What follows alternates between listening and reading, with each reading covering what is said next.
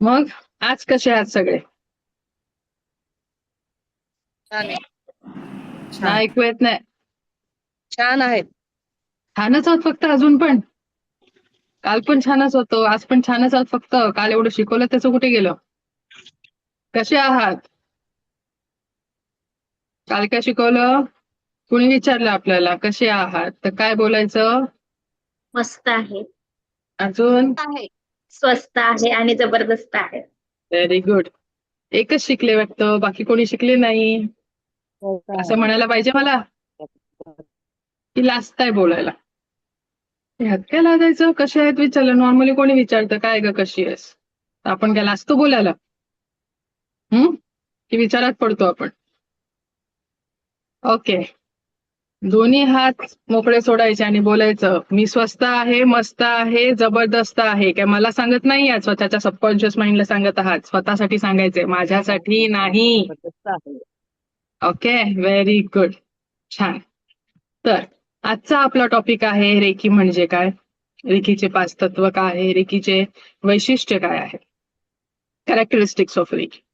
तर त्याआधी मी सगळ्यांना विचारते, कालचा टॉपिक क्लिअर आहे? सबकॉन्शियस माइंड, का सबकॉन्शियस माइंड स्टडी करायचं, एवढं काय आहे महत्वाचं वगैरे वगैरे, तो पूर्ण टॉपिक आता क्लिअर आहे. आता जेही व्हिडिओ ऑन केले नाहीये ज्यांनीही, त्यांचं आता काय आपण करायचं, कारण हा पूर्ण आणि पूर्ण एनर्जी बॅलन्सचा विषय आहे. एनर्जी मी इथून देणार आहे, तुम्ही जर रिसिव्हच नाही केली तर त्याचा उपयोग 7 दिवसानंतर आपण जो बोलतो ट्रान्सफॉर्मेशन घडणार आहे ते होणं जरा डिफिकल्ट आहे. चालेल? कारण की आपण व्हायब्रेशनवरती काम करतोय. मी इथून ऊर्जा देते, व्हायब्रेशन रेस कसं होणार तुमच्यापर्यंत पोहोचलं नाही तर? तर खरोखर अचीव्ह करायची असेल ना गोष्ट, तर त्या गोष्टीला, ही तर साधी गोष्ट आहे, इथेच आपण जर फेस नाही केलं तर कसं चालणार आहे? आयुष्य बदलायचं ना आपल्याला, मग तेव्हा काय करायचं? असं. तर आजचं आपण काय बघणार आहोत, रेकी काय आहे, कशी काम करते, ते सगळं आज आपण बघणार आहोत. त्यासाठी एक प्रश्न आधी स्वतःला विचारायचा. आधी, मी जर या जगामध्ये असलो किंवा नसलो, कोणाला काही फरक पडणार आहे का?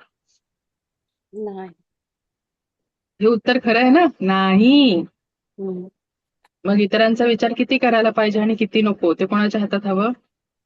आपल्या हातात. आपल्या हातात. त्यामुळे आधी विचार कोणाचा करायचा? सेल्फिशनेस ठेवायला नाही सांगत आहे मी, पण प्रायोरिटाईज करायचं म्हटलं तर आधी कोणाला करावं लागेल? आपल्याला स्वतःला. स्वतःला. बरोबर आहे. माझ्यासाठी जर मी काही करू शकले तर मी इतरांसाठी करण्याचं माझ्यामध्ये ती ताकद येणार आहे. बरोबर आहे. माझा आनंद मला पाहिजे, माझ्या कुटुंबियातील व्यक्तींचा माझा आनंद त्यांचा क्रिएट करायचा आहे, तर सुरुवात मला माझ्या आनंदापासून करावी लागेल. म्हणजे माझ्या व्हायब्रेशनमुळे माझ्या घरातील व्हायब्रेशन आपोआपच चेंज होणार आहे. मीच जर दिवसभर कटकट आणि टेन्शन मध्ये बसले तर तुम्ही कितीही दुसऱ्यांसाठी प्रयत्न करा, काही होणार नाही. सो प्रायोरिटाईज कोणाला करायचं? आधी स्वतःला करायचं. स्वतःला. आपण काय केलेलं आहे, स्क्रीन कुठे आहे काल बघितली? सबकॉन्शियस माइंड वरती एक स्क्रीन चाललेली आहे, डेटा आहे, फिल्म टाकलेली आहे, पिक्चर चालू आहे, तसं तसं आपण वागत आहोत. पण ह्या स्क्रीनचा रिमोट कोणाकडे? आपल्याकडे की दुसऱ्यांना वाटून ठेवलाय? इतरांना वाटून ठेवलेला आहे. कोणी काय बोललं की आपण डिस्टर्ब होणार. तू अशीच आहेस, तू असाच आहेस, तू हे करू शकत नाहीस, तू ते करू शकत नाहीस, तुझ्या आयुष्यामध्ये हेच पुढे घडणार आहे, तू याच्यासाठी जन्माला आलेला आहेस, तुला हेच पुढे करायचंय. रिमोट कोणाकडे दिले आपण? इतरांकडे दिले आहेत. भले स्क्रीन आपल्याकडे आहेत पण रिमोट दुसऱ्यांकडे दिलेत, वाटलेत. लहानपणापासून लिटरली वाटलेत आपण. ते जरा काढून ना स्वतःच्या हातात परत आणायचे आजपासून. कळतंय? ते रिमोट काढून आता स्वतःच्या हातात आणा, म्हणजे ती फिल्म आपल्याला बनवता येणार आहे, ज्यासाठी आता आपण प्रवास सुरू केलेला आहे. केलाय की नाही प्रवास? कालच्या पासून जे लोक इथे उपस्थित आहेत त्यांनी पहिलं पाऊल टाकलेलं आहे, प्रवासामध्ये आलेले आहात. शब्बासकी द्या, हात वर करा, शब्बासकी द्या मस्त स्वतःला. किती वर्षानंतर दिली? आफ्टर स्कूल गरजेची आहे. ओके, गंमत येते, गरजेची आहे. तर आता आपल्या टॉपिक वरती येऊ. झाले सगळे खुश झाला आहात? स्माईल आली? कोणता दागिना वापरायला सांगितला कालपासून? हास्याचा. टेन्शन मध्ये बसायचं नाही ते 1 तास. आता आधी पण टेन्शनच आहे, याचे 1 तासानंतर पाहायचं टेन्शन घेऊन बस आपण. 1 तासामध्ये हास्याचा दागिना मिळवायचा. Fine then will start with the topic. Reiki म्हणजे काय? एनी वन ऑफ यू तुम्हाला माहितीये काय रेकी आहे, काय अंदाज वगैरे आहे रेकीचा? रेकी काय असते, काय असू शकते? काल आपण बघितलं, काहींनी सांगितलं ऊर्जा आहे, एनर्जी आहे. काल मी पण सांगितलं रेकी काय आहे. त्याचं ऊर्जा पूर्ण ऍक्च्युअल स्पीकिंग पूर्ण त्याचं मी जिस्ट काल दिलेलं आहे. तरी पण आज आपण व्याख्या वगैरे सगळं बघूया. सो रेकीची जर व्याख्या बघायची झाली तर काय आहे रेकी? सार्वत्रिक जीवन ऊर्जा. ऊर्जा शक्ती, ऊर्जा किंवा प्राणशक्ती काही बोला, पण विच इज अवेलेबल एव्हरीवेअर.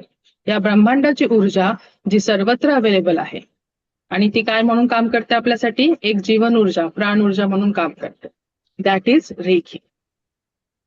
त्यातला रे म्हणजे सर्वत्र आणि की म्हणजे लाईट किंवा एनर्जी. आता ह्याला रेकी का म्हटले गेलेलं आहे, प्राण ऊर्जा का नाही बोलत? कारण की रेकी हा जो शब्द आहे तो जॅपनीज शब्द आहे. कारण रेकीला रिइन्व्हेंट केलं गेलेलं आहे म्हणून आपण पुन्हा तिला नवीन अवतारामध्ये येऊन शिकत आहोत. ती पहिले आपल्याकडे नव्हती का भारतामध्ये? होती. रेकीचा उगमच कुठे आहे? भारतात आहे. व्हिडिओ बंद करा. पण आपल्याला सवय झाली ना, आपलाच घास जेव्हा सगळं जगभर फिरून आला की आपण त्याला चांगला एक गोल्डन घास म्हणून खातो. हो की नाही? नाहीतर आपल्याला आपल्या सगळ्या कशावरती डाऊट आहे? ग्रंथांवरती. जोपर्यंत बाहेरचा माणूस येऊन सांगत नाही बघा याच्यामध्ये रिसर्च पेपर, हा रिसर्च आहे, आता घ्या, मग ते आपण परत खाऊ. ते आपली चूक नाही. आक्रमणं झाली, कोर्स ऑफ टाइम मध्ये आपण सगळं बाजूला सारलेलं होतं, ते पुन्हा नव्याने आपण शिकत आहोत. ठीक आहे, लेट झालं तरी चालेल, पण शिकणं महत्वाचं आहे. तो रेकी हा काय आहे? जॅपनीज वर्ड आहे. आपल्या मराठीमध्ये ट्रान्सलेट करायचं झालं तर सार्वत्रिक जीवन ऊर्जा म्हणजे रेकी. ओके. आता ही रेकी बद्दल मी काय म्हटलेलं, काय आहे हे जाणून घ्यायच्या ऐवजी काय नाही हे आधी समजून घेणं गरजेचं आहे. कारण की रेकीमध्ये खूप समज बिलीव्ह खूप साऱ्या आहेत. तर त्याआधी पूर्ण आपल्याला ती काजळी आहे ती बाजूला करणं गरजेचं आहे. फक्त विचार करा, या ब्रह्मांडाची ऊर्जा असं आपण बोलतो, तर ही ब्रह्मांडाची ऊर्जा म्हणजे काही खोटी असेल का? बाहेरचा व्यक्ती समजा एक सायंटिस्ट बोला E is equal to MC square, हा बरोबर आहे, एनर्जी, E इज एनर्जी. पण ही जर एनर्जी आपण बोललो तर आपल्याला वाटतं की नाही नाही काहीतरी खोटं असलं, अंधश्रद्धा. ई कुठे शोधायला गेलेलो? पण एनर्जी तर एनर्जी आहे ना, एनर्जीचे नियम आहेत, can be destroyed, can be created, transfer करू शकतो, ट्रान्सफॉर्म होऊ शकते, पण ती डिस्ट्रॉय होऊ शकत नाही, त्यामुळे ती खोटी तर नाहीच आहे. आणि वरतून ही ब्रह्मांडाची ऊर्जा जी आपल्याला चालवते, जी कोणी बघायला पण नाही गेलं पण जाणवते, हिला खोटी कशी ठरवायची? सायंटिफिकली प्रूव्ह करून दाखवा असं बोलायचं मग समोरच्या. हो की नाही? अख्ख्या जगाला सांगतो ई म्हणजे काय, E is equal to MC square असतो, मास असतो, हे असतं ते असतं, पण आहे काय ही एनर्जी? हिला जाणवून घेऊ शकतोय, अनुभव करतोय ना रोजच्या रोज, मग ही खोटी कशी असेल? हा पहिला मुद्दा. आता जेव्हाही आपल्याला एखादी गोष्ट नवीन शिकायची असेल तर आजकाल आपण गुगलवर जातोय तर सगळ्यांना माहिती आहे. आणि गुगल जे बोलेल ती आपली पूर्व दिशा असते. मी तू कितीही ओरडून ओरडून सांगितलं तरी त्याच्यावर विश्वास बसणं थोडंसं अवघड आहे. ठीक आहे, तर आता आपण जरा गुगल ओपन करूया. Let me just first open message.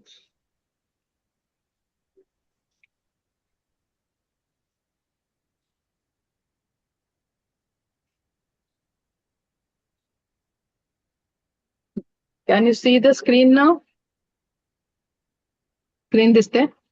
तिथे काय टाईप केलं आपण? रेकीचा मिनिंग मराठीमध्ये काय आहे मिनिंग?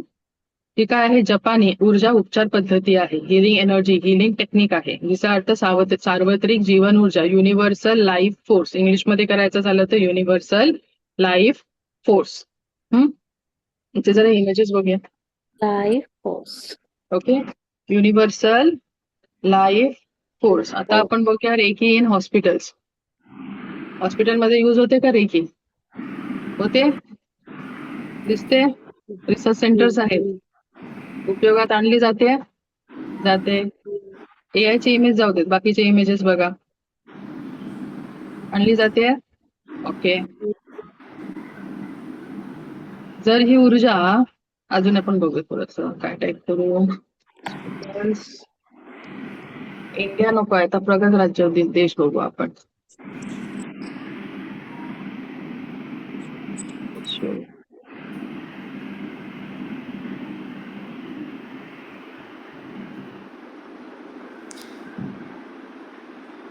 ठीक आहे. एकट्या US मध्ये 2007चा समजा आकडा धरला तर 15% म्हणजे 800 पेक्षा जास्त US हॉस्पिटल्समध्ये रेकी यूज केली जाते. एकट्या US मध्ये 800 पेक्षा जास्त हॉस्पिटल्समध्ये 2007चा डेटा आताचा डेटा नाहीये. 2009चा डेटा हा आहे 37% हॉस्पिटल्स म्हणजे 15%वरून 37 पर्यंत आलेला. तर हा रिसेंट डेटा आताचा नाही, पण 2009 पर्यंत जर 37% असेल तर आतापर्यंत रेशो किती वाढलेला असेल? थांब जरा तो थांब जरा कोणाचा ऑनलाईन मुद्दा काय येतो की रेकी जर हॉस्पिटल्समध्ये एवढ्या जास्त प्रमाणात यूज केली जाते तर रेकी ही अंधश्रद्धा असू शकते का? आहे अंधश्रद्धा? ऑब्व्हियसली नाहीये. ठीक आहे. भारतामध्ये आपण भारताला पछाडलेलं आणि विकसनशील वगैरे मानतोय, चल मानलं. पण जर US सारखे देश, रशिया, जपान सारखे देश जर ह्याला हॉस्पिटल्समध्ये मान्यता देत असतील तर रेकी नक्कीच अंधश्रद्धा नाही आहे. बरोबर आहे. त्यानंतर आपल्या देशात शिकवली जाते, हो आपल्या देशात सगळीकडे शिकवली जाते, पण आपल्या देशात अजून रूल्स आणि रेग्युलेशन्स लागू केलेले नाही आहेत. कारण की आपल्या देशाचा तो एक काय बोलतात नेचरच तसं आहे. जिथे पाहिजे तिथे आपण मान्य करत नाही. जे नको असेल तर मॅगीला मान्यता लगेच देऊ आपण. ठीक आहे. पण चांगल्या गोष्टींना मान्यता द्यायला जरा आपल्याला अवघड पडतं. ही आपली तसं बघायला गेलं तर चूकच आहे. फक्त सरकार नाही तर सगळ्यांची मिळूनच चूक झालेली आहे. आता ती कधी कशी सुधारायची ते आपण एक एकट्याने बघायचं स्वतः. असो, त्या आपल्याला पडायचं नाहीये. मुद्दा काय आहे, आपल्या गोष्टी आपल्याला पुन्हा एकदा त्याच ह्याच्यामध्ये शिकणं गरजेचं आजच्या युगामध्ये आहेच. नाहीतर भारताचं आत्ताचं टेम्परेचर किती झालंय ते आपण बघतोय. ठीक आहे. आता बॅक टू रेकी. रेकी हॉस्पिटल्समध्ये यूज होते, रेकी अंधश्रद्धा नाहीये, या सगळ्या गोष्टी आता मान्य केल्या. आता त्याच्यानंतर मला एक कॉमन प्रश्न विचारला जातो, रेकी हा प्लेसिबो इफेक्ट आहे का? प्लेसिबो इफेक्ट माहितीये काय असतं? एनिवन? नाही. ओके, माहितीच नसेल तर मग काय प्रश्न उत्पन्न होणार नाहीये, कारण कायकांच्या मनात होतो की प्लेसिबो इफेक्ट असतो. प्लेसिबो इफेक्ट म्हणजे काय असतं, समजा एखादा म्हातारा माणूस आहे, त्याला ऍक्च्युअली स्पीकिंग काहीतरी फिजिकल इश्यू काही नाहीये, पण मेंटल इश्यू आहे. काही लोक असतात बघा, मला डॉक्टरकडे घेऊन जा मी बरा होईल, मला फक्त इंजेक्शन द्या मी बरा होईल. त्याला गरज असते का इंजेक्शनची, वॅक्सिनची किंवा इंजेक्शनची? नसते. फक्त त्याला एक सिरिंज जरी टोचली तरी त्याला बरं वाटतं की नाही? मग त्याला बोलतात प्लेसिबो इफेक्ट.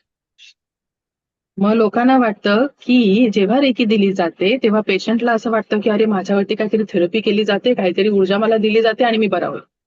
त्याला बोलतात प्लेसिबो इफेक्ट.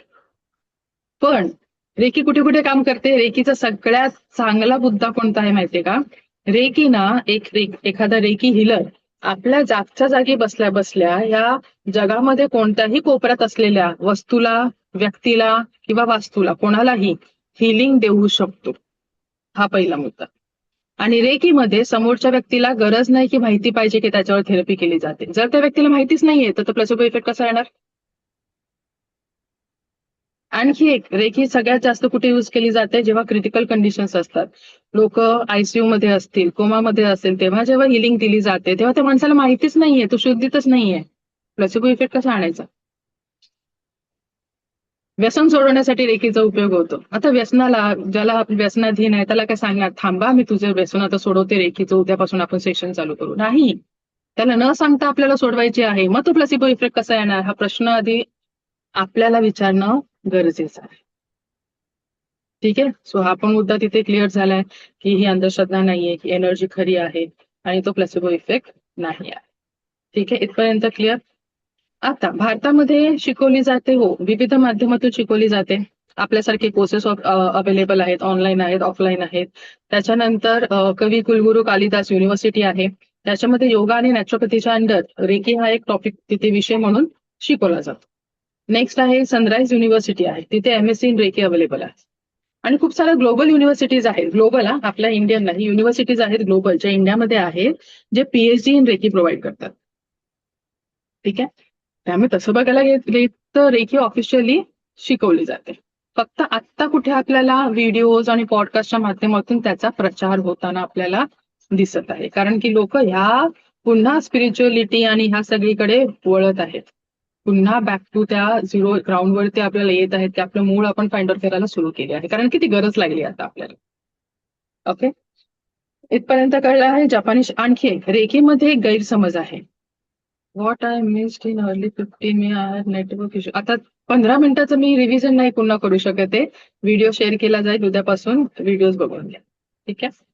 त्यानंतर रेकी आणखी कन्फ्युजन आहे की हा रेकी आपण बघितला जपानी शब्द आहे. अजून एक ना फ्रेंच वर्ड सुद्धा आहे रेकी. त्याची स्पेलिंग वेगळी आहे, RECCE. त्याचा अर्थ आहे की एखाद्या जागेचं अवलोकन करणं, सर्वे करून येणं. आपण बोलतो ना जेव्हा काय बोलतात आतंकवादी हल्ले होतात तेव्हा न्यूजमध्ये येतं की ह्या पर्टिक्युलर जागेची रेकी केली गेली बाय टेररिस्ट. मग ती रेकी म्हणजे काय, तर तिथे लोक कन्फ्युज होतात, अरे टेररिस्ट रेकी करतायत. ती रेकी वेगळी. ती रेकी म्हणजे त्या जागेचं सर्वे करून येणं, अवलोकन करणं. एखादा बिझनेसमॅन पण आधी जागेचं अवलोकन करतो ना, सर्वे करतो की इथे माझं रिसोर्सेस कामाला येतील नाही येतील, चालेल बिझनेस की नाही, त्याला बोलतात रेकी. ओके. आणि ही रेकी इज डिफरंट, जपानी स्पर्श चिकित्सा पद्धती. ओके. आता इथे बघितलं आहे की रेकी काय नाही. मग आता रेकी कशी काम करते ते आपण बघूया. सगळ्यात महत्वाची गोष्ट म्हणजे Reiki works on your intention. रेकीमध्ये सिम्बॉल्स असतात. रेकी ही ब्रह्मांडाची ऊर्जा पण आहे. मग आपलं काम काय तिकडे, आपले इंटेन्शन काम करतं. आपण फक्त माध्यम म्हणून काम करत असतो. ऊर्जा ती इतकी इंटेलिजंट आहे की ती सगळं करते. फक्त आपण तिकडे एक माध्यम म्हणून, मीडियम म्हणून उपस्थित असतो. मग आपलं तिथे काय काम उरतं, ते म्हणजे हात धरून बसायचं. आपल्या हातातून ती एनर्जी फ्लो होणार आहे. आणि सगळ्यात महत्वाचं आपलं काम आहे ते म्हणजे इंटेन्शन प्रोव्हाइड करणं. तुमची इंटेन्शन जेवढं प्युरिटीने तुम्ही द्याल किंवा त्याची इंटेन्सिटी जेवढी असेल तेवढा जास्त प्रमाणामध्ये रिझल्ट अति उत्तम पद्धतीने आपण देऊ शकतो. समजतंय. त्याच्यानंतर आता ह्या रेखीचं बघायला गेलं तर रे आपण बघितलं की रे म्हणजे काय, सार्वत्रिक, सगळीकडे, सार्वभौम. सार्वत्रिक. आणि चिकित्सा पद्धती मराठीमध्ये आपण काय आहे ते बघितलं. चीनमध्ये त्याला ची बोलतात. रशियामध्ये बायोप्लास्टिक एनर्जी बोलतात. जे इंग्लिश कंट्रीज आहेत त्याच्यामध्ये त्यांना होली स्पिरिट किंवा होली लाईट बोलतात. आणि आपल्यामध्ये प्राण ऊर्जा, विच इज एव्हरीवेअर. इथपर्यंत कळलं आहे. आता रेकीचं बघायला गेलं तर आपल्या अथर्ववेदामध्ये सुद्धा रेकीचा उल्लेख आहे, विविध ग्रंथांमध्ये उल्लेख आहे. मग भारतातले ग्रंथ झाले, महाराष्ट्रातले ग्रंथ झाले, ह्याच्यामध्ये रेकीचा उल्लेख आहे. इव्हन आपल्या सिरियल्समध्ये आपण रेकी बघितलेली आहे. महाभारतामध्ये रेकी होती, रामायणामध्ये रेकी होती, होती की नाही होती. कुठे होती. ओप्पो F11 रिपीट करताय ना, बघितल्यावर काय वाटतं तुम्हाला. येस, चेहरे माझ्या लक्षात. होतो आम्ही पण आधीच्या याला होतो, आता नंतर जॉईन झालो. Okay, very good. त्यानंतर होती सिरियल्स मध्ये रेकी, महाभारतामध्ये रेकी होती. महाभारतामध्ये कोण होतं, तर रामायणापासून चालू. रामायणामध्ये रेकी होती. रामाने अहिल्याला पायाच्या स्पर्शातून शापमुक्त केलं, बरोबर. पाषाणातून पुन्हा ती व्यक्ती स्वरूपात आले. कसे आले, पायाच्या स्पर्शाने आलं, स्पर्श चिकित्सा पद्धती. पण आता रामाने तिथल्या तिथे काय नाही केलं, हो तू आता असे स्पर्श केला ना. महाभारतामध्ये कृष्णाने काय केलं, उपजा दाशी होती, पाठीवरून हात फिरवला, उभी राहिली स्ट्रेट. का स्पर्श करावा लागला, आपण फक्त बघितले चमत्कार घडले, चमत्कार गेला देवाने, अरे पण ते कसं घडलं ते कोण कॅप्चर करणार. ते तिकडे पण रेखी होती, देवाने स्वतः वापरली ना. फक्त त्याचं नाव रेखी नव्हतं, पण स्पर्श होता, चिकित्सा होती, ऊर्जा होती, प्राण होता त्याच्यामध्ये. हेच तर रेखी आहे. मग रेखी वेगळं काय आहे, आपल्याकडे नाहीये रेखी, उगमच भारतात आहे. ज्यांनी रिइन्व्हेंट केली ते स्वतः येऊन भारतात शिकले, पुन्हा जपानला गेले आणि तिकडून पुन्हा पाठवली जगभरामध्ये, आणि ती पुन्हा आपण शिकली. रेखीच्या हिस्ट्रीमध्ये आपण ते बघूया. त्याचा अर्थ रेखी आपण लहानपणापासून युज करतोय. एखादं बाळ रडायला लागलं, आईने जवळ घेतलं तर बाळ शांत का होतं, त्या आईच्या स्पर्शामुळे ना, की ती बाळ ओळखतं ही आई आहे म्हणून. एखादा व्यक्ती उदास असेल, एका मित्राने त्याच्या पाठीवरून हात फिरवला की तो त्याला बरं वाटतं, कारण की स्पर्श आहे त्याचा. मग इथे उपचार म्हणून वापरतो ना, इमोशनल असो, फिजिकल असो, मेंटल असो, नाही काहीतरी असो, पण उपचार करतोय आपण त्या गोष्टीचा विथ युअर एनर्जी. कोणा कशामुळे, स्पर्शामुळे. अशा पद्धतीने आपण रेखीचा उपयोग करू शकतो.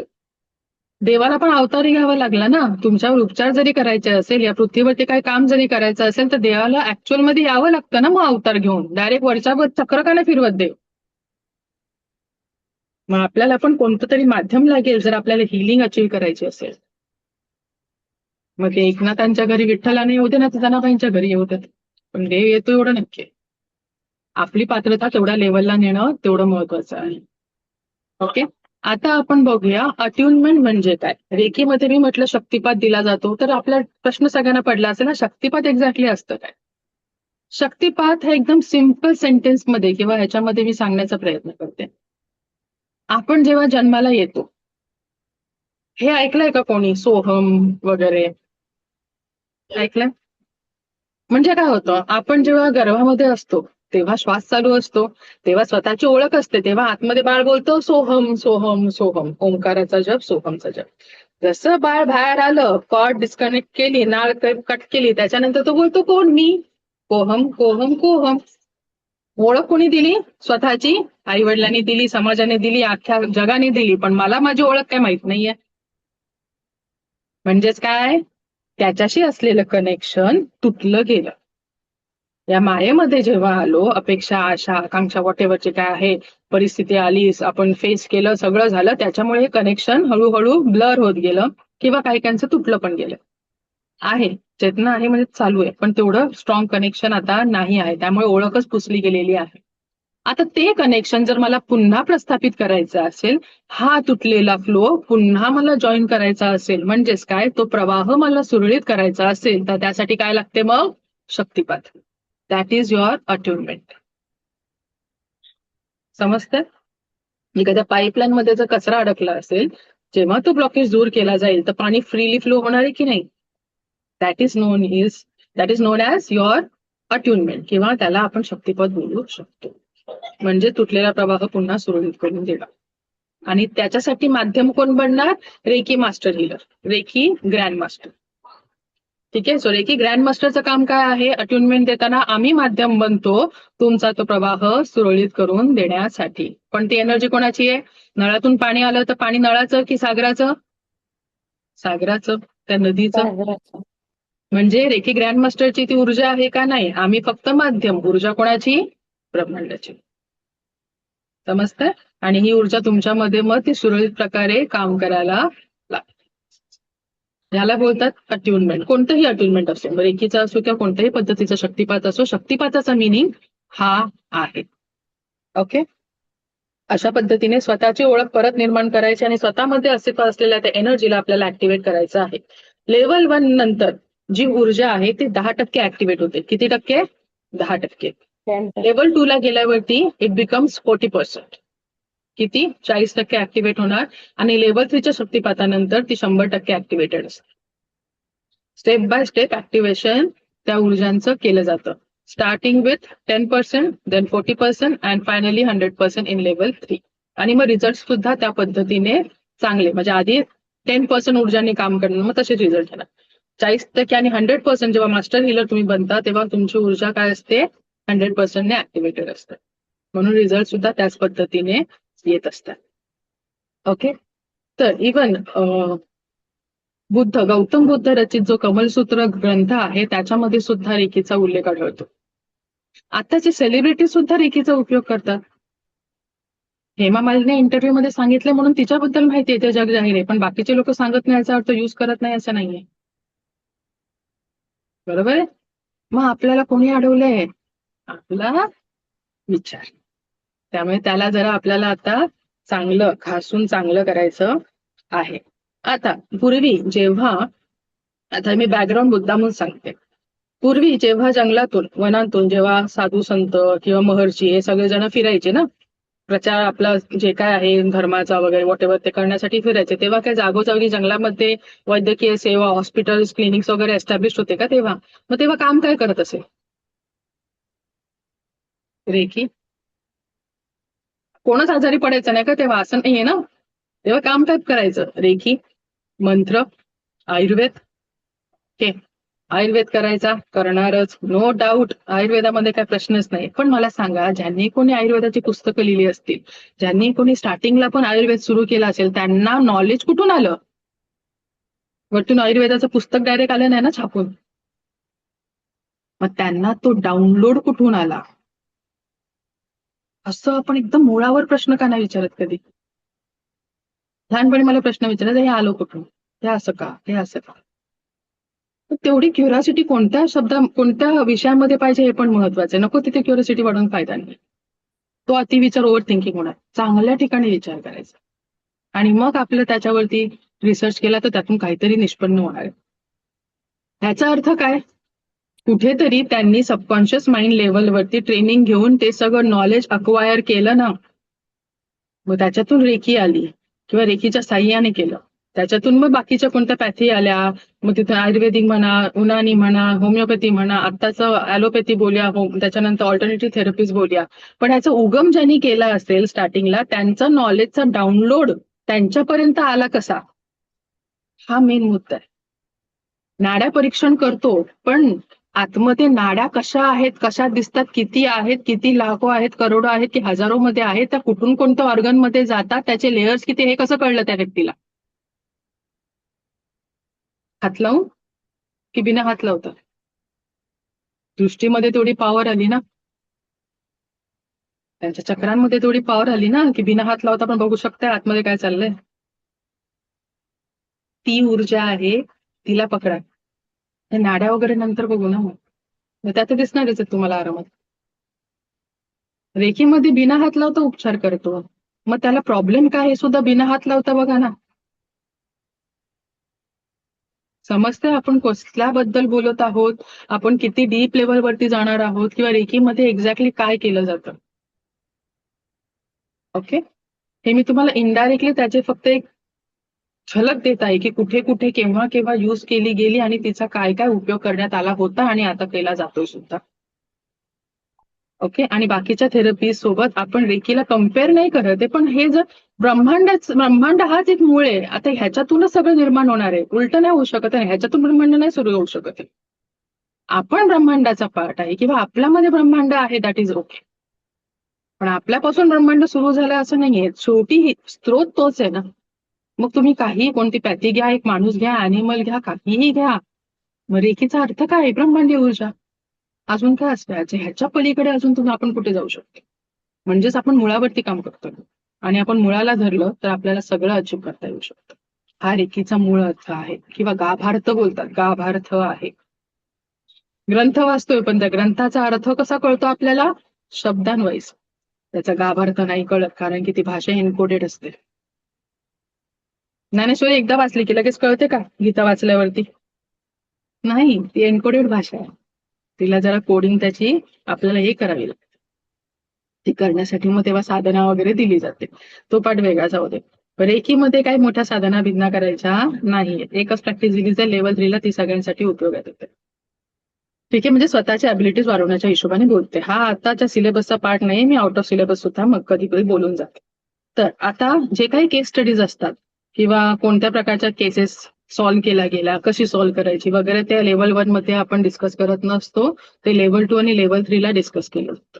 कारण की इथे एक ओपन प्लॅटफॉर्म आहे, तिकडे सगळ्यांची आयडेंटिटी रिव्हील करणं किंवा केस आपण डिस्क्लोजर नाही करू शकतो. ओके, ठीक आहे, इथपर्यंत कळलं आहे सगळ्यांना की रेकी काय आहे, कसं काम करते वगैरे. Everything is clear I guess नाव बाय नाव. ओके, तर रेकी ज्यांनी रिइन्व्हेंट केली त्यांचं नाव आहे डॉक्टर मिकाऊ उसुई. डॉक्टर मिकाऊ उसुई, जे जपानचे एक प्रोफेसर होते, PhD होते. हिस्ट्री आपण उद्या बघणार आहोत, फक्त आज आपण रेकी बद्दल माहिती घेतो. त्यांनी रेकी रिइन्व्हेंट केली, म्हणजे शिकले भारतामध्ये, भारतातच उगम आहे. पुन्हा ते जेव्हा त्यांच्या देशामध्ये गेले, ते उद्या आपण बघू कसं कसं काय काय काय झालं. तर त्यांनी काय केलं, जेव्हा त्यांना आपण त्यांना काय बोलतो, रिडिस्कव्हरर किंवा रिइन्व्हेंटर बोलतो. जपानी लोक त्यांना फाउंडर बोलणार, पण आपण त्यांना फाउंडर बोलू शकतो का? आपण त्यांना रिडिस्कव्हरर किंवा इन्व्हेंटर बोलणार, कारण की आपल्या देशामध्ये त्याचा उगम झाला होता. त्यांनी या जगाला रेकीचे 5 तत्व दिले. किती तत्व दिले? 5 तत्व. त्यांचा फोटो वगैरे सगळं उद्या आपण बघू, कारण की आता ते बघायला गेलो होतो आपण त्याच्यातच. तर 5 तत्वामधलं सगळ्यात पहिलं तत्व त्यांनी, आता हे तत्व बघायला गेले ना तर तुम्ही बोलाल की अरे काय, तर आम्हाला शाळेमध्ये शिकवलंय. ते बोलले ओके, सोपी आहेत ना, ठीक आहे करून तरी बघ. करू मग ठीक आहे बोलले. एक काम कर, फक्त आजच्या दिवसापुरतं कर. त्यांनी काय केले, तत्व दिले, पण तत्वांच्या पुढे 2 शब्द ऍड करून दिले. ओनली फॉर टुडे, केवळ आज के लिए. त्यातलं पहिलं होतं केवळ आजच्या दिवस, केवळ आज के लिए मैं क्रोध नहीं करूंगा. काय बेसिक तर आहे, बेसिकच गोष्टी जमत नाहीत ना आपल्याला. तुम्ही बोलाल आता माणूस आहे, राग तर आम्हाला येणारच. कोणी काही बोलून गेलं तर आपण थोडी ना अहिंसावादी आहोत.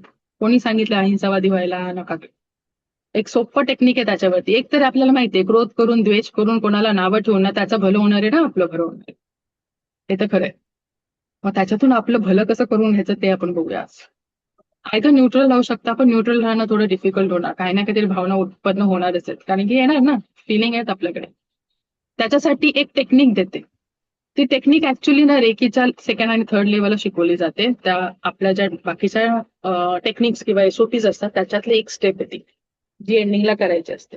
जेव्हाही याच्या पुढे ती काय आहे, ह्याच्या पुढे जेव्हाही एखादा आपल्याला निगेटिव्ह गोष्ट डोक्यात येते किंवा निगेटिव्ह विचार आता प्रवेश करतोय, आला आला आला सुरू झाला, आपण असं बोलतो आता सुरू झालाय तो विचार. कारण की एक विचारलं की 10 विचार त्याचा गुंतावून बसतो, बरोबर. कारण की पण त्याची पूर्ण शृंखला तयार होते, इव्हेंट कॅस्केड ऑफ इव्हेंट्स असतात ते. तर जेव्हा सुरू झाला त्या क्षणाला किंवा एखाद्याबद्दल काहीतरी राग आला, काहीतरी द्वेष आपला तयार होतोय, बोलतोय, त्या क्षणाला काय करायचं, आपल्या नाभीपासून, नाभी जी आहे त्या नाभीपासून 2, आता मी समजा इथे दाखवते, for example this is my नाभी area. So what I do, I just disconnect. याला कॉर्ड कटिंग बोलतात.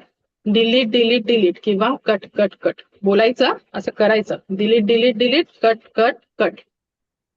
असं काय, अरे पण ह्या कॉर्ड कटिंग वरती लोक कोर्सेस करतात 15-15 दिवसाचे. हे मी तुम्हाला असंच सांगतेय, बिकॉज हे खूप महत्वाची गोष्ट आहे. का, हे आपले कॉर्ड्स म्हणजे काय असतात, अदृश्य, आपल्याला दिसत नाही त्या ऊर्जा, पण त्या ऊर्जांचे कॉर्ड्स कनेक्टेड असतात. ज्या व्यक्तीबरोबर बोललो की कॉर्ड्स कनेक्टेड असतात, ते आपण नंतर ऑरा आणि चक्रांवरती बघू, तेव्हा आपण सगळं शिकवणार आहे. मग तुम्हाला त्या क्षणाला कॉर्ड डिस्कनेक्ट करणं गरजेचंच असतं. त्या क्षणाला लगेच ती गोष्ट खंडित करायची असते. नाहीतर आहे त्याला दिवसभर त्या माणसाला घेऊन बसतो. ठीक आहे, त्यामुळे आतापासून तेच करायचंय, कॉर्ड डिस्कनेक्ट करा. मग तो व्यक्ती असेल, एखादी सिच्युएशन जरी आठवली, कॉर्ड डिस्कनेक्ट करा, कारण की त्याच्याशी पण ऊर्जा कनेक्टेड असतात. मग ते पास्ट असेल, प्रेझेंट असेल, कधीचा कोणता, काही कोणत्या वर्षाचा असेल, disconnected. Cut cut, delete delete किंवा डिस्कनेक्ट डिस्कनेक्ट डिस्कनेक्ट 3दा फक्त रिपिटेशन करायचं. That's it. इतकी फ्रॅक्शन ऑफ सेकंड्स मध्ये केली जाणारी ही टेक्निक आहे आणि याचा उपयोग इतक्या छान पद्धतीने होतो की लिटरली याचा खूप चांगला उपयोग होतो. Just try doing it. आजपासून करायचं, उद्या मला सांगायचं कुठे कुठे कोणी कोणी वापरली आणि काय इफेक्ट आला. त्याच्यानंतर दुसरी टेक्निक आहे की ह्याच्या पुढे रिॲक्शन नाही द्यायची. मग काय करायचं, रिस्पॉन्स. काय करायचा, रिस्पॉन्ड करायचा आहे. आता रिॲक्शन आणि रिस्पॉन्स मध्ये काय फरक आहे, रिॲक्शन म्हणजे तू 1 मारली तर मी तुला 2 मारणार, म्हणजे काय झालं, रिॲक्शन झाली. अर्धा सेकंडचा तरी पॉज घेऊ शकतो की नाही आपण काही बोलण्याच्या आधी. त्या माणसाला रिॲक्शन द्यायच्या आधी मी म्हणत नाही की विचार करत बसा त्याला काय बोल, अर्धा सेकंड थांबा, लेट दॅट विचार जरा जाऊ दे वरती, या श्वासातून फिल्टर आउट होऊन येऊ दे, आणि मग त्याला आपण काय द्या, उत्तर द्या किंवा प्रतिक्रिया द्या किंवा रिस्पॉन्स द्या. गोष्ट तिथल्या तिथे थांबणार आहे ती. म्हणून याच्या पुढे काय द्यायचं, रिॲक्शन द्यायची का नाही. काही थोड्या दिवसांनी लेवल 3 ला जाईपर्यंत एवढी प्रॅक्टिस होती की आपल्याला त्या अर्धा सेकंडचा पॉज घेण्याची पण गरज नाहीये. आपण रिस्पॉन्सच देत फिरू, रिॲक्शन येतच नाही मध्ये. कारण की सगळ्या आपल्या ज्या ॲबिलिटीज आहेत किंवा सगळे आपले जे गुणधर्म आहेत ते जागृत झालेले असतात. मग त्या माणसाला कोणी काय म्हटलं तरी रिॲक्शन येणारच नाही. त्याला मूळ मुद्दाच कळलेला आहे, तो कशाला कोणावरती रागवेल. ठीक आहे, त्यामुळे बाय डिफॉल्ट मग ते तर ऑटोमेशन वरती जाणं, रिस्पॉन्स देणं, तिथे रिॲक्शनचा प्रश्नच येत नाही. ठीक आहे, कारण की समोरचा कसा वागतो हेच कारणच कळतं, आता काय त्याला बोलायचं असा प्रश्न होतो. ठीक आहे, आपल्याला फक्त सोल्युशन दिसतात, आपल्याला दुसरं काहीच दिसत नाही. ओके हे आहे, ओके ह्याला हे टेक्निक काय, मग तुमचा विचार तिकडे गुंतणार की ह्याला कसं, आता याला काय करू शकतो. त्याला रिॲक्शन देण्यामध्ये की तू असा वागला म्हणून तसा वागला, हे इथे आपला विचार जाणारच नाहीयेत ना. झालं ना, किती प्रॉब्लेम सुटले, 70 ते 80% प्रॉब्लेम तिकडे सुटतात आपले. काय दिलं, रिस्पॉन्स दिला, रिॲक्शन केली नाही, संपला. पण केवळ आज केले करून दाखवा, असं बोलत बोलत त्या मनाला वेडा बनवायचा. आता 15 दिवस कर, कळतंय. नंतर सेकंड मुद्दा काय आहे, सेकंड जे आपल्याला सांगितलेला आहे नियम आहे तो म्हणजे केवळ आज के लिए काय करायचं आपल्याला? ईमानदारी से उपजीविका का साधन जुटाऊंगा. काय कराय? केवल आज के लिए मैं काय करणार? ईमानदारी फॉलो करेल. तर सगळ्यांनी जर प्रामाणिक व्हायचा प्रयत्न केला तर मग ह्याच्यामुळे ते आपल्या कलियुगाच्या ऐवजी रामराज्य येईल ना. आणि कलियुगामध्ये रामराज्य होऊन आपल्याला चालेल? हो की नाही? नाही. नाही. नाही चालणार ना, कारण कलियुग आहे बाबा, तिथे राम राज्य होऊन कसं चालणार आपल्याला? कारण कळतं सगळं, ओळख कोणालाच नाही. बरोबर आहे? त्याच्यानंतर आधी सुरुवातीचं सांगायला विसरली, केवळ आज के लिए मी चिंता नाही करूंगा. हे तर सगळ्यात डिफिकल्ट बाबा. चिंता नाही करायची. काल बघितलं, चिंता केली फ्युचरची, चिंता केली भविष्याची, प्रेझेंटमध्ये काहीच काम करत नाही, मग रिझल्ट येणारच नाही. मग ते आपण आपलं ठरवायचं, चिंता करत बसायचं की ऍक्शन करायची. ओके. आणि इमानदारीने वागणं जरा मुश्किलचं काम आहे, पण करावं लागणार. केवळ आज केली आहे. मग जेवण बनवताना असो की बिझनेसमध्ये असो, नाही तर हॉस्पिटलमध्ये काम करणं असो, नाही तर कोणी का असे ना. हे बघा, जबाबदाऱ्यांना कटकट डिलीट नाही करू शकत. एखादी गोष्ट जर माणूस रोज करत असेल एखादं काम, तर कंटाळा येणारच आहे. रोज ज्या गृहिणीला सांगितलं रोज उठून जेवण कर, तिला कंटाळा येणारच आहे ना, रोज कामं करून करून तीच. त्यात काय नवीन आहे? सगळ्यांना येतो कंटाळा, पण त्याला कट आणि डिलीट नाही करू शकत जबाबदाऱ्यांना. मग तेव्हा काय करायचं? तेव्हा एनर्जी स्विच करायची. रोज जेवण बनवता कंटाळा येतो, बाजूला काहीतरी अभंग लावून ठेवा, एनर्जी स्विच करा. मंत्र लावून ठेवा, एनर्जी स्विच करा. गाणी लावा जी तुम्हाला पाहिजे ती, एनर्जी स्विच करा. फक्त स्वतःची नाही, घराची. साऊंड थेरपी, आता इथे साऊंड थेरपी आपण लेवल 3 ला शिकवत असतो फर्स्ट डेला. ती साऊंड थेरपी कशी वापरायची स्वतःसाठी आणि आपल्या क्लायंटसाठी किंवा पेशंटसाठी, ठीक आहे. साऊंड थेरपी पण कशी काम करते? एनर्जी स्विच करायला शिकायची. ओके. मग ती निगेटिव्ह असो किंवा आपल्या मनामध्ये काय भीती, चिंता, तिला लगेच स्विच करायची. ठीक आहे. मग तिथे जबाबदाऱ्यांचा कंटाळा येणं आणि असं तसं होणारच नाहीये. उलट त्याच्यामध्ये आपण फाइंड आउट करू की ह्याच्यामध्ये मी सुख कसं प्राप्त करून घेऊ शकते किंवा मला जे पाहिजे ते मी अचीव कसं करणार. आणि ह्याच्या जे टेक्निकल ऑब्विसली लेव्हल मला नाही, ते लेव्हल 2 ला आपण सांगू. पण मी फक्त सांगते की जबाबदाऱ्या आपल्याला प्रामाणिकपणे का नाही केल्या जात, कारण की एका पॉइंटला त्याचा कंटाळा येतो किंवा ऊब येते, आता खूप अति झालंय, आता बस झालं. तेव्हा काय करायचं? त्याच्यासाठी पण सोल्युशन हवं असेल. म्हणून मग काही पॉइंटला झाल्यावर अपेक्षा ज्या आहेत त्या जर पूर्ण होत नसतील, तेव्हा माणूस चुकीच्या पद्धतीने ते मिळवण्याचा प्रयत्न करेल ना. त्याच्यासाठी जर चांगला वे उपलब्ध असेल तर मग इमानदारी फॉलो होणारच आहे. ओके. जर प्रोग्रामिंग प्रॉपर पद्धतीने केली गेली तर. असो. पुढे आहे, चौथा आहे, सगळ्या चेतन आणि अवचेतन गोष्टींविषयी माझ्या मनामध्ये आभार किंवा थँक्यूची भावना असली पाहिजे. आता सगळ्यात मोठा आभार कोणाचा मानायचं? त्या ब्रह्मांडाचं, नो डाऊट. सेकंड नंबर आहे तो म्हणजे आपला शेतकरी. आणि आजकाल त्यालाच कोण भाव देत नाहीये. किती कॉन्ट्राडिक्टरी सिच्युएशन मध्ये आपण रोजचं जीवन जगतो. ज्याच्या जीवावर जगतो त्याला कोणी विचारत नाही. मग तो ब्रह्मांड असो, निसर्ग असो, ना तर मग शेतकरी असो, या तिघांना कोणी विचारत नाही. विचार करण्याची गोष्ट आहे. आपल्याला काय आजचं पोट भरलं, उद्या बघू.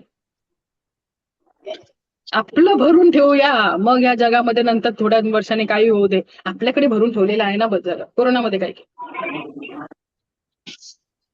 ते तर आता पुढचा विचार, पण त्याच्यापासून आत्ताच असून जर काही केलं ना आपण, तर काहीतरी होईल आपल्या पुढच्या पिढीसाठी. नाही तर काय कठीण आहे सगळंच. मग ते टेम्परेचर असो, खाणं पिणं असो, नाही तर काही असो. सो सगळ्यात मोठं आपण बघितलं कोणाला थँक्यू बोलायचं, कारण आपण काय बोलतो, मी आहे म्हणून तू आहे. उलट बोलायचं, तू आहेस ना म्हणून मी आहे. को एक्झिस्टन्स आहे ना. माणूस बोलतो माझ्याकडे पैसा आहे, मग काय आलं, मी काही विकत घेईल. अरे पण तो पुरवणारा नसेल तर तुझ्या पैशाचं काय करायचं? म्हणून तो पण समोरचा माणूस तेवढाच महत्वाचा आहे. फक्त स्वतःवर घेऊन नाही चालणार आहे. म्हणून आभार. आपल्या मुलांचे पण आभार मानायचे. त्यांना नावं ठेवतो आपण, मस्ती करतो आणि असं करतो तसं करतो. खूप असे मेसेजेस येतात की ह्याच्यावर काय करू शकतो का? कशाला, आधी आपल्यावरती करूया ना. आपले जीन्स कॅरी करतोय. आणि सगळ्यात आधी काय बघायचं, काल आपण काय शिकलो, मी लकीएस्ट आहे, I am the luckiest person in this world. का? जेव्हा IVF सेंटरमध्ये लागलेल्या लाईनी आपण बघू ना, तेव्हा आपल्याला कळेल की आपण लकीच आहोत. जे केसेस येतात ना इन्फर्टिलिटीचे आणि सगळे, मग तेव्हा कळतं माणसांना. कंप्लेंट नंतर करा, आधी जे भेटलंय ना त्याची कदर करू. लाखो लाखो रुपयाचे पूजा घालतात फर्टिलिटीसाठी. आता ती पूजा काय करणार? स्पर्म काउंट वाढवणार की एगचा काउंट क्वालिटी वाढवणार? तेव्हा नाही विचार करत आपण. होतंय ना, कोणतरी करून देतंय ना, पैसा गेला तरी चालेल, पण जे स्वतःला करायला सांगितलं, मग आता मी कसं काय करणार, ह्याच्यासाठी मी एवढे पैसे कसे देणार, कारण की ते मला करावं लागतं ना, मेहनत घ्यावी लागेल तिकडे. हे जर समोरचा कोणी काय करून देत असेल तर आपण तिथे पैसे द्यायला तयार होतो, भले त्यातून रिझल्ट काही येणार नाहीये, पण बोलायला मोकळे आम्ही हे पण करून बघितलं. ते करायच्या आधी विचार कोण करणार? ग्रहांना नावं ठेवतो ना, हा ग्रह नडला, तो ग्रह येऊन बसला, त्यांना काम नाहीये. आज एक नवीन पत्रिका उत्पन्न झाली, चला ह्या रकान्यामध्ये जाऊन बसूया. किती त्या ग्रहांना पण नाही सोडले आपण, माणसांना सोडूनच द्या. ते ग्रह काय दुर्बीण घेऊन बसले वरतून की ह्याच्या आता कुंडलीमध्ये ह्या स्थानावरती आपण बसायचं. ते त्यांच्या व्हायब्रेशनने नॅचरल पद्धतीने व्हायब्रेट होत आहे. आपले व्हायब्रेशन चुकलेले आहेत. म्हणून ऍज अ रेमेडी काय दिलं जाते, मंत्र बोलायला सांगतात ना. हे समजा राहूचा मंत्र आहे, ह्या ग्रहाचा मंत्र, त्या ग्रहाचा मंत्र बोलत राहा. 1 दिवस 2 दिवस नाही, 6 महिने बोला, वर्षभर बोला. म्हणजेच काय, तुमच्या सेल्युलर लेवलचे व्हायब्रेशन त्या पर्टिक्युलर गोष्टीला रेज करा, मग तो ग्रह तुमच्यासाठी पॉझिटिव्ह झाला. हे मेकॅनिझम कोण सांगणार? आणि नावं कोणाला? तो नडला. तुम्ही मॅच करा ना, या ना वरती हायर याला व्हायब्रेशनला. तो चांगलाच आहे, तो चांगल्याच ठिकाणी बसलेला आहे. आपण जरा चुकीच्या पद्धतीने आलो जन्माला, असा विचार करूया. पण नाही, स्वतःला नाही. आपण आतापर्यंत असं असं केलंय, आपण त्याला पण नाही सोडलं, देवाला नाही सोडत. ग्रह तर काय विचार, ग्रह देव नडला. देवाला हे सगळं दिलं नाही म्हणून देव नडला. मग तो देव कसला जर नडत असेल तर त्याला देव तरी बोलू नका. दगडामध्ये देव बघणारे आपण, कारण की आपल्यामध्ये कॅपॅसिटी आहे ना. घरी मूर्ती आली तर त्याच्यामध्ये प्रतिष्ठापना कोण करतं? आपण. आपली नजर, आपल्या भावना. मग देव कोणामध्ये बघायचं? मग दगडामध्ये बघा, मी नाही बोलते बघू नका, कारण त्याच्यामध्ये पण देवाची क्वालिटी निर्माण करण्याची ताकद आपल्यामध्ये आहे ना. पण आपल्याला काय बाजूला व्हायचं, मी नाही बाबा त्यात. मग तुझी दृष्टी गेली, म्हणजे बघण्याची दृष्टी जर त्या देवाच्या प्रती देव स्वरूप देण्याची दृष्टी किंवा भावना तुझ्यामध्ये नसेल तर मग दगडाला परत दगडच बोलावं लागेल. खूप बेसिक नियम आहे आणि तो फॉलो करायचा. Reiki works on your intention. कळतंय? हात न लावता जर उपचार करू शकतो तर इंटेन्शन किती पॉवरफुल आहे, ही ऊर्जा किती पॉवरफुल टेक्निक्स आहे त्याच्यामध्ये, ह्याचा फक्त आता अंदाज आपण घेतो, आपण अजून वापरली पण नाहीये. जर माझ्या बोलण्याने तुमच्या मनामध्ये काहीतरी भावना उत्पन्न होत असेल तर रेकी वापरल्यावरती काय होणार आहे? परफेक्ट आहे की काय चुकीचं बोलतोय आतापर्यंत जे काय बोललो होतं? आता उद्यापासून तर हे युट्यूब वरती येणार आहेत, मग आता देव बिव सगळे बोलतील, पण खरं आहे. बरोबर आहे. ठीक आहे. त्याच्यानंतर ऍज अ पॅरेंटिंग कोच म्हणून पण मला असं वाटतं ना आतून की काय आपण चुकतोय, कारण की जेव्हा बघतो, एक साधी केस होती, ह्याला काहीतरी करा, खूप ओव्हर ऍक्टिव्ह आहे, असं आहे तसं आहे, किती बोलतो, अरे किती बोलतो काय, जरा बसा, त्याला एक मिठी मारा, पाठीवरून त्याचा हात फिरवा, कशाला डॉक्टरकडे घेऊन जातात? झाला 2 दिवसात बरा, डॉक्टरकडे घेऊन जायला निघालात, डॉक्टर काय याच्यामध्ये औषध देणार?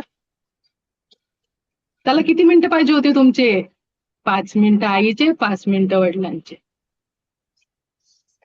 आणि काउन्सिलिंगसाठी येतात हायपर ऍक्टिव्ह, खूप जास्त बोलतो, अरे तो दिवसभर तुम्हाला भेटत नाही तर 5 मिनिटं तरी बोला ना, काय जातंय? त्याच्यासाठीच कमवताय ना, पुढे बोला, त्याच्यासाठीच कमवलं मी. कोणाला गरज आहे काउन्सिलिंगची? त्या मुलाला, त्याला तर माहिती पण नाही तो काय करतोय, तो कसा जगतो, त्याला काय शिकवायचं? आपण तो दुनिया बघितली, पण दुनियामध्ये हे शिकलो की दुसऱ्यांना नावं ठेवा, मग ते आपली मुलं काय असेल चुकीचं शिकतो. त्याला मला कधी कधी राग पण येतो आणि वाईट पण वाटतं. राग येऊन फायदाच नाहीये, असं वाटतं की आधी काय आता बोलायचं. खूप सांभाळून सांभाळून घ्यावं लागतं प्रत्येकाला, कारण सगळ्यांना घेऊन पुढे जायचंय. आणि की ह्याच्यामध्ये माणसांना वाईट लगेच वाटतं, कारण की खरं बोलणं सहन नाही होत. खूप उलट जगतोय आपण, विचार करावा लागेल, पॉज घ्यावा लागेल त्यासाठी. खूप धावलो, थोडासा अर्धा सेकंडचा पॉज घ्या स्वतःसाठी. काय माझं चुकतंय, काय मी करतोय, कुठे मी धावतोय, मी कशाला धावतोय, वी डोंट नो. म्हणून म्हटलं प्रवासाला सुरू करणं महत्वाची गोष्ट. थँक्यू रवी सर. ओके, कळलं आता. बदलायला आपल्याला गरजेचं आहे, इतरांना बदलून काही अर्थ नाही, काही होतच नाहीये. खूप बघते रोजचे. असो, रेखीचे आता विशेषता काय आहे? I just read it out. रेखी ही एक नैसर्गिक उपचार पद्धती आहे, नॅचरल हिलिंग पद्धती आहे. याचा कोणत्याही प्रकारे साईड इफेक्ट होत नाही. कोणत्याही पॅथी सोबत आपण रेखीला कंबाईन करू शकतो. उलट ऍलोपॅथी बोलायला गेलो किंवा कोणती पॅथी समजा बघितल्या त्याच्यासोबत रेखी घेऊ शकतो का? येस, रेखी आपण घेऊ शकतो. तर जेव्हा समजा रेखी, फॉर एक्झाम्पल एखाद्याला थायरॉइड आहे, त्याने जर रेखीचा उपचार सुरू केला तर आपण लगेच ऍज अ हिलर उद्या आम्ही असं नाही बोलणार 2 दिवसामध्ये गोळ्या बंद कर, नाही. त्या गोळ्या हळूहळू जसं जसं आपण इथे थेरपी देऊ त्या गोळ्यांचे डोसेजेस, त्याची क्वांटिटी, त्याची ती जे काही पॉवर आहे ती हळूहळू डॉक्टर स्वतः कमी करून देतात आणि त्या गोळ्या काही दिवसांनी किंवा महिन्यांनी बंद होतात. अशा पद्धतीने रेखी काम करत. हे झालं थायरॉइडचं. जिथे काही तुम्ही पॅथी घेत नाही तिथे डायरेक्टली जरी रेखी घेतली तरी चालणार आहे. पण याचा अर्थ असा काय की रेखी आपण दुसऱ्या पॅथीसोबत कंबाईन करू शकत नाही का? करू शकतो. आता हॉस्पिटलमध्ये जर एखादा माणूस आहे तर तिकडे काहीतरी त्याच्यावरती उपचार केले जातात ना, आयसीयू मध्ये असेल तर. आणि इथून जेव्हा रेखी देतो माणूस आयसीयू मधून 2 दिवसात बाहेर आलेला असतो. मग काम कोणी केलं सोबत? त्याच्या रेखीने केलं. जिकडे 18 लाख खर्च होतो 15 दिवसाचा हॉस्पिटलच्या आयसीयू मध्ये, तिकडे जर 7 दिवसामध्ये तो बाहेर येत असेल, जेव्हा रेखी आपण सुरुवात केसेस जे हँडल केले त्याबद्दल बोलते मी. ज्यांनी नाही, आता जेवढा आहे त्या हिशोबाने मी सांगू शकते. मग तिकडे काम होते की नाही ऍलोपॅथी सोबत किंवा बाकीच्या ह्याच्यात? आयसीयू मध्ये काही माणसाला असं ठेवलेलं असणार की नाही, त्याच्यामध्ये किती काय काय चाललं असतं. त्याच्यासोबत ही रेखी कशा पद्धतीने काम करते. हे झालं एखाद्या पॅथी सोबत काम करतं. नसेल पॅथी तर व्हॉट एव्हर. म्हणजेच काय, ह्याचा कोणताही ऍडव्हर्स इफेक्ट होत नाही किंवा ह्याला दुसऱ्या आपण ह्याच्यासोबत कंबाईन करून सपोर्ट म्हणून वापरू शकतो किंवा त्यातून बाहेर काढण्यासाठी आपण लगेच इफेक्ट येण्यासाठी सुद्धा वापरू शकतो. ओके, रेखी व्यक्तीचे आध्यात्मिक आणि व्यक्तिगत विकासासाठी मदत करत असते. सुरक्षित उपचार पद्धती आहे, कोणत्याही ह्याच्यामध्ये साईड इफेक्ट नाही.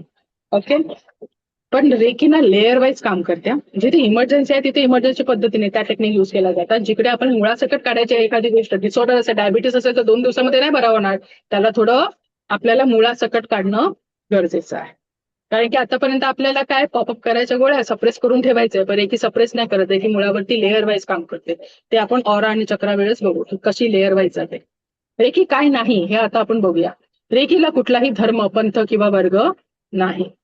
रेखीचा कोणताही तंत्र, मंत्र, संमोहन, राक्षसी विद्या याच्या सोबत कुठलाही प्रकारचा संबंध नाही. त्याच्यानंतर असं म्हटलं जातं की रेखी ही जन्मदोष दूर करू शकत नाही, असं म्हटलं जातं. पण अशा सुद्धा केसेस आलेल्या आहेत तिथे हे समजा ऑटिझमच्या केसेस असतील किंवा जन्मजात काही इश्यूज असतात, मेमरी रिलेटेड असेल किंवा अजून वेगवेगळ्या ज्या असतात त्याच्यामध्ये रेखी काम करते. असे सुद्धा केसेस मी केलेत किंवा बाकीच्या हिलर्सने सुद्धा आतापर्यंत जेवढे रिपोर्ट्स आहेत त्याच्यामध्ये with reports everything is proven. कोण शेअर करतंय? वैभव.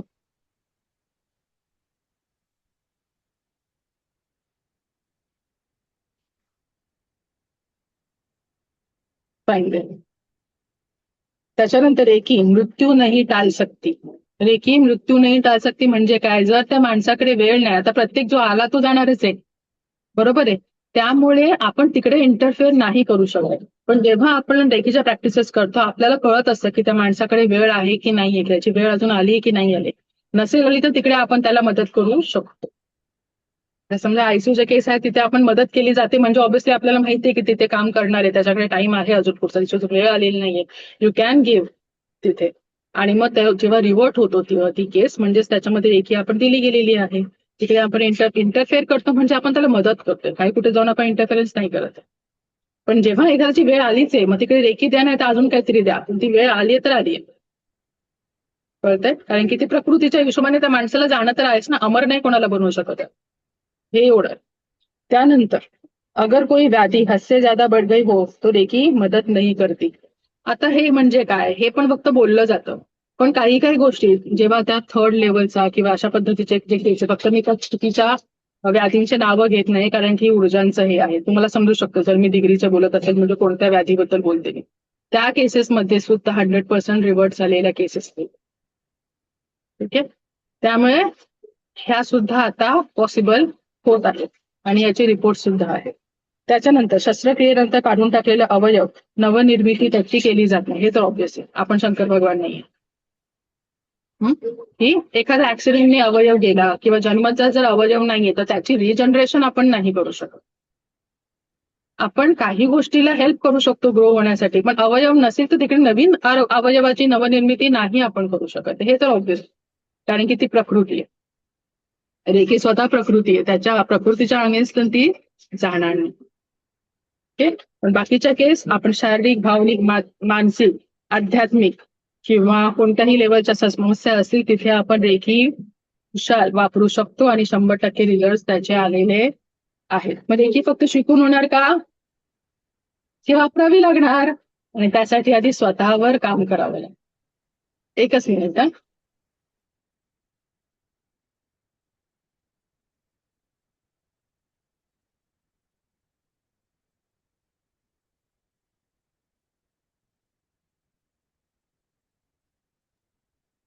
ओके, इथपर्यंत कळलं रेखी काय आहे, समजलं सगळ्यांना रेखी काय नाही आणि रेखीचे क्वालिटीज किंवा कॅरेक्टरिस्टिक काय काय आहे. एनी डाऊट नाव?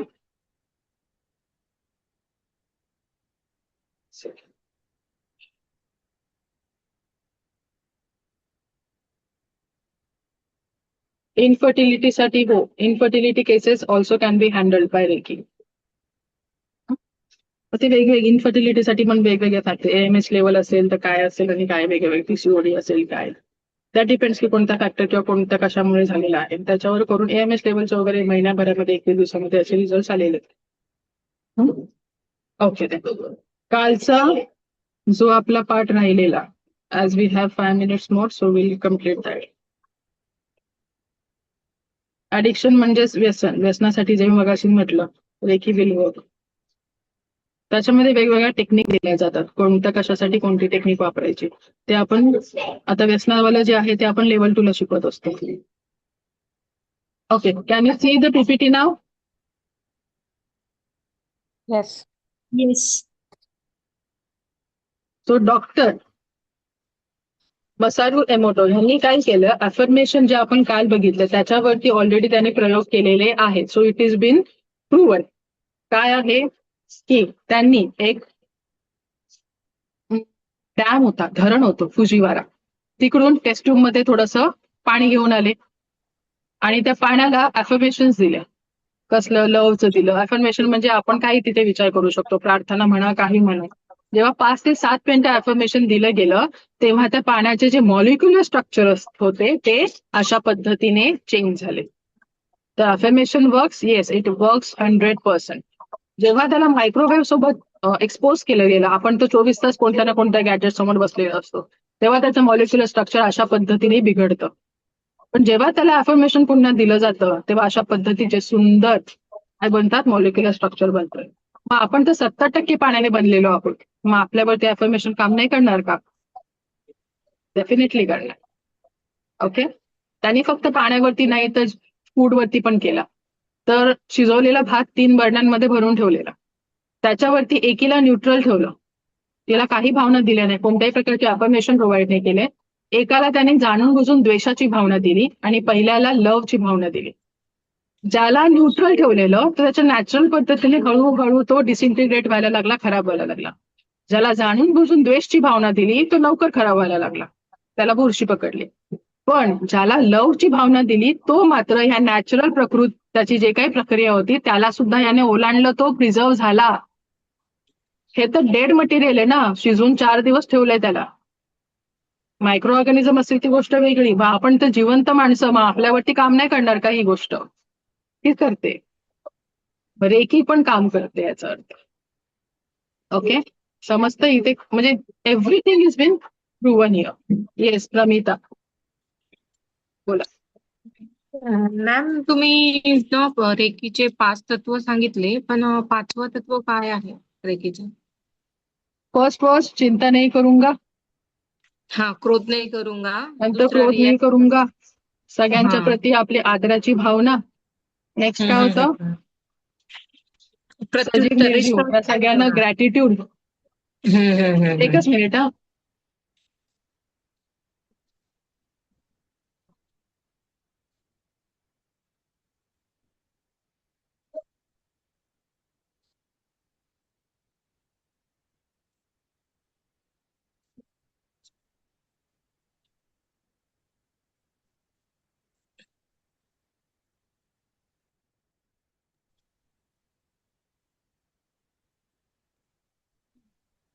काय बोललो आपण, काय चाललेलं? तो 5 तत्व. तत्व क्या है वो? हाँ ते सांगा.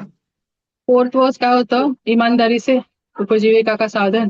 आणि फिफ्थ वॉज आपली माता पिता सगळ्यांच्या प्रती आदराची भावना, जेवढे मोठे लोक आहेत. पहिलं होतं ग्रॅटिट्यूड, सगळ्या सजीव आणि निर्जीव गोष्टीच्या प्रती ग्रॅटिट्यूड, आभारची भावना. फिफ्थ आहे रिस्पेक्ट, माता पिता आणि जेवढे आपले एल्डरली लोक आहेत त्या सगळ्यांसाठी रिस्पेक्ट.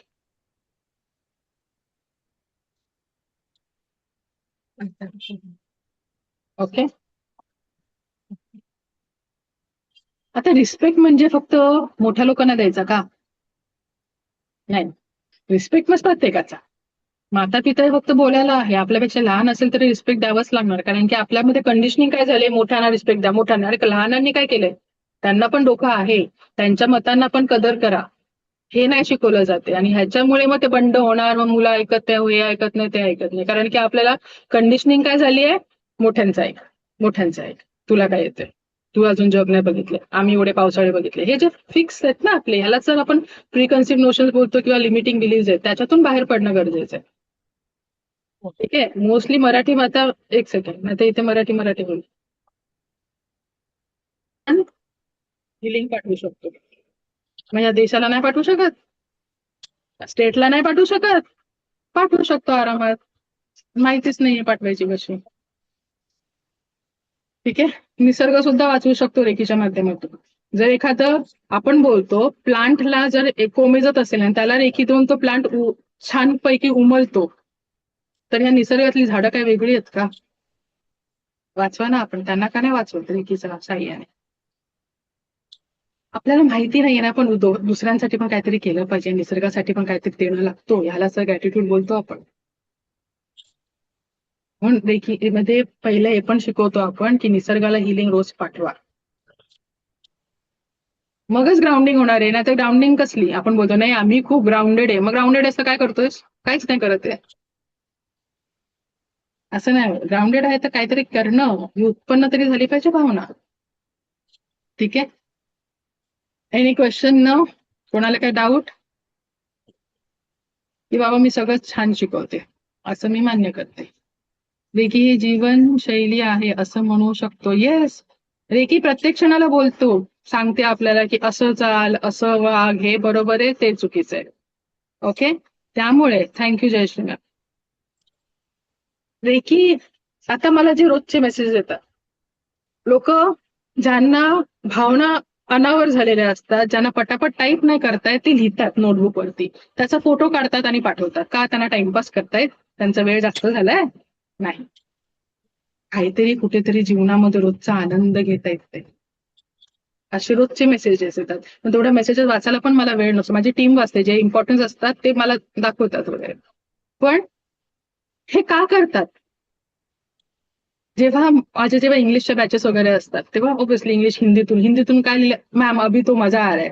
आता अगदी आपल्या जीवनाला जगताना जर अभि तो मजा आ रहा है आपण बोलतो, तर मग ह्याच्यापेक्षा काय वेगळं काय करायचंय आयुष्यामध्ये?